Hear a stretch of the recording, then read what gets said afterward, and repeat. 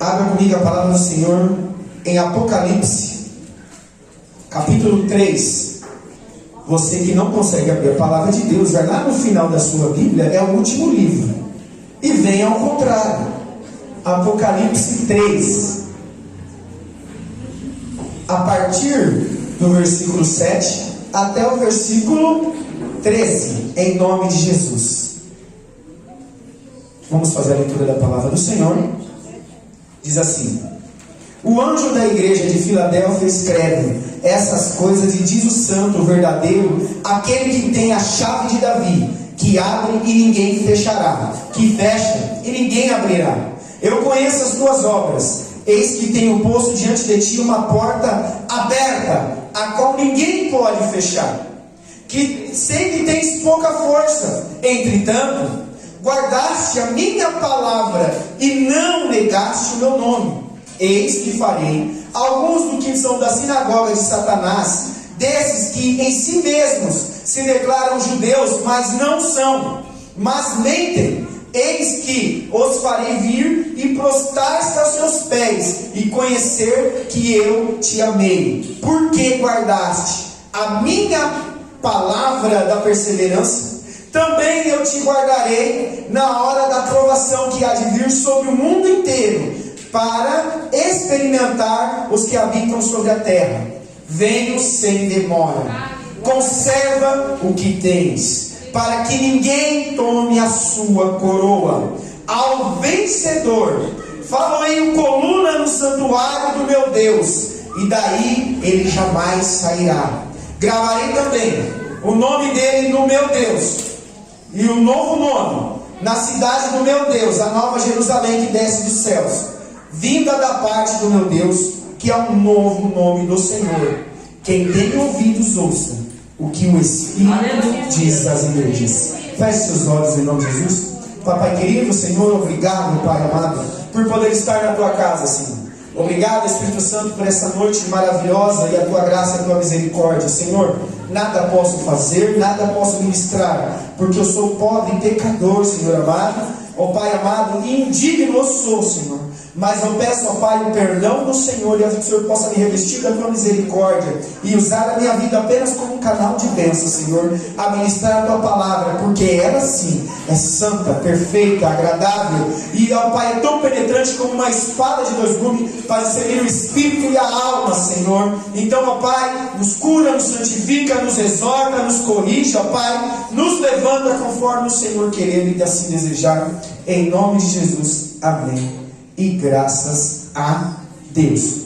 Rapidamente, irmãos, vou trazer uma breve de 5 minutos. Eu vou tentar correr hoje com a ministração sobre a igreja de Filadélfia, mas vamos trazer um pequeno resumo muito rápido do que já foi ministrado. Nós estamos numa campanha de uma palavra profética, de uma palavra maravilhosa que está em Apocalipse 3. Então, são palavras temáticas, as 7 cartas, as 7 igrejas da Ásia Menor, as 7 cartas do Apocalipse, a visão que João teve sobre a ilha de Patmos.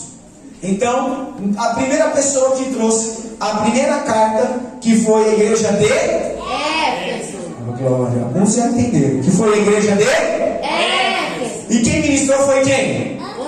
O nosso querido líder diaconato André ministrou sobre a igreja de Éfeso, o que havia perdido o primeiro amor. Jesus se apresenta como aquele que anda no meio das igrejas, segurando a liderança nas mãos, ou as 7 estrelas, como seu bom pastor e superior. Ele está dizendo: vejo tudo e tudo conheço, volte ao primeiro amor. Depois nós tivemos a igreja de Esmirna, a igreja de...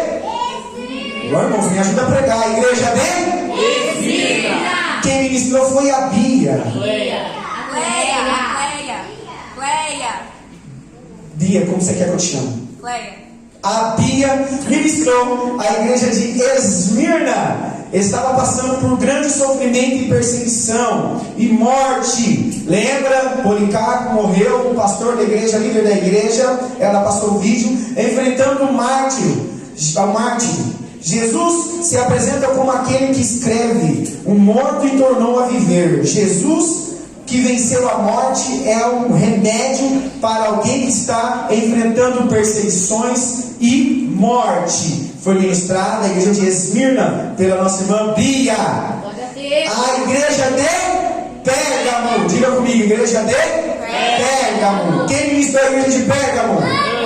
O nosso querido irmão Anderson, o nosso ministro de louvor e da mocidade, ministrou a igreja de Pérgamo, que estava se misturando com o mundo e perdendo o senso da verdade. Jesus se apresenta àquela igreja com uma espada afiada de 2 gumes, que exerce juízo e que separará a verdade do engano. Pérgamo estava em conflito entre a verdade e o engano. Depois vemos a igreja de Tiatira. Igreja de quê? Tiatira. Quem ministrou a igreja de Tiatira? Missionária Késia. A nossa querida missionária Késia. Conseguiu, Késia? Glória a Deus. Aplauda o Senhor pela vida dela em nome de Jesus. Não é fácil. Não é fácil. Glória a Deus. A igreja de Tiatira, que estava tolerando uma impureza e caindo na imoralidade. Jesus se apresenta como aquele que os olhos de chama de fogo e tudo que sonda conhece, os pés semelhante a latão polido e poderoso para julgar e vencer todos os inimigos ocultos. Depois da igreja de Sardes, diz comigo, Sardes. Sardes. Quem ministrou sobre a igreja de Sardes? A pastora Joyce. Queridos, tudo que vocês imaginar que uma pessoa pode sentir de dor, doença, dor na sobrancelha, dor na unha, ela teve naquela semana. Mas Deus honrou em nome de Jesus. Amém.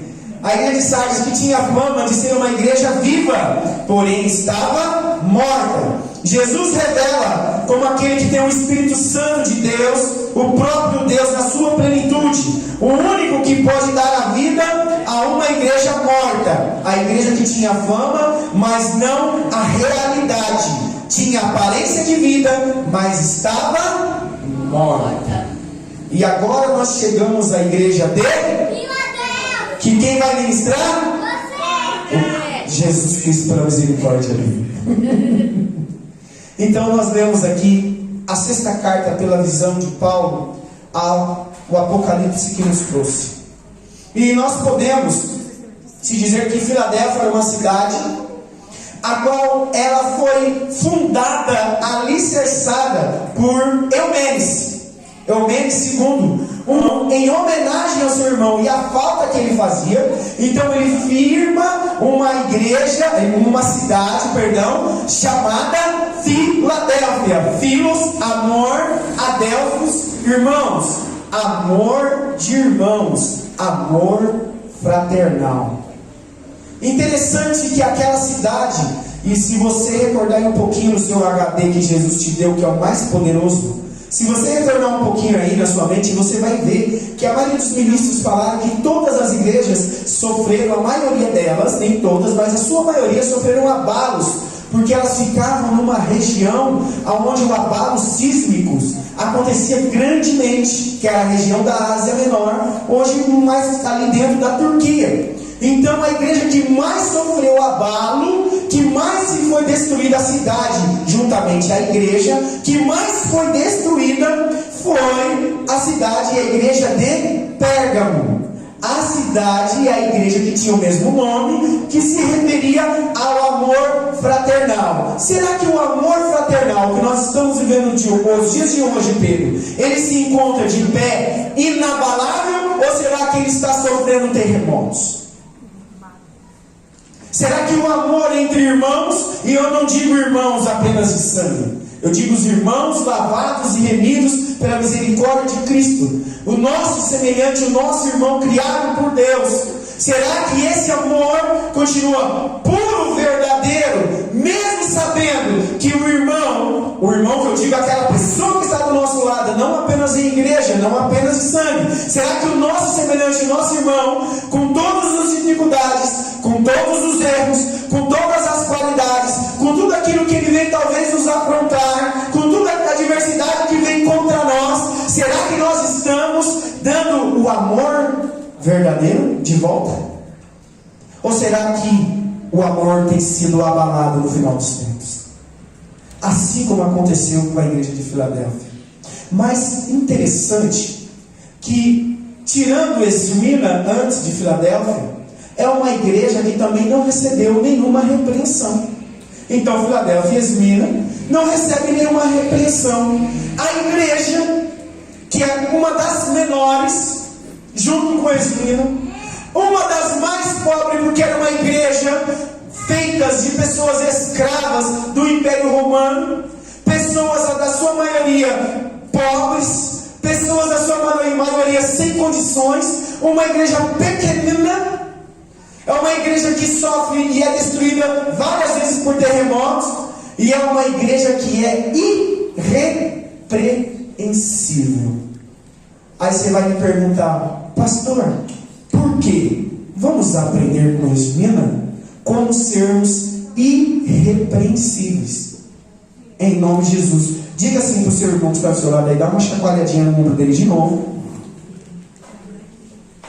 Chacoalhe ele com fé e com vontade para ele acordar.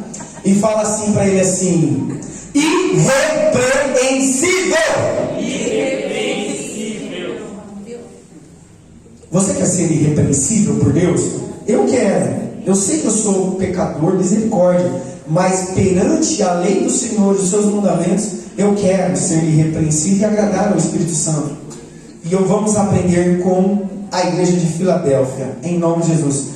Primeira coisa que nós vamos aprender aqui na igreja de Filadélfia é: a pouca força numérica não significa não ter poder. Apesar da igreja ser pequena, feita de escravos, com pouco dinheiro, pouca arrecadação, poucas pessoas, ela tinha um enorme, um grandioso poder de Deus. Vamos lá ver no versículo 8, no Apocalipse 3, diz assim, ó: conheço tuas obras, eis que tenho posto diante de ti uma porta aberta, a qual ninguém pode fechar, que tens pouca força, entretanto guardaste a minha palavra e não negaste o meu nome.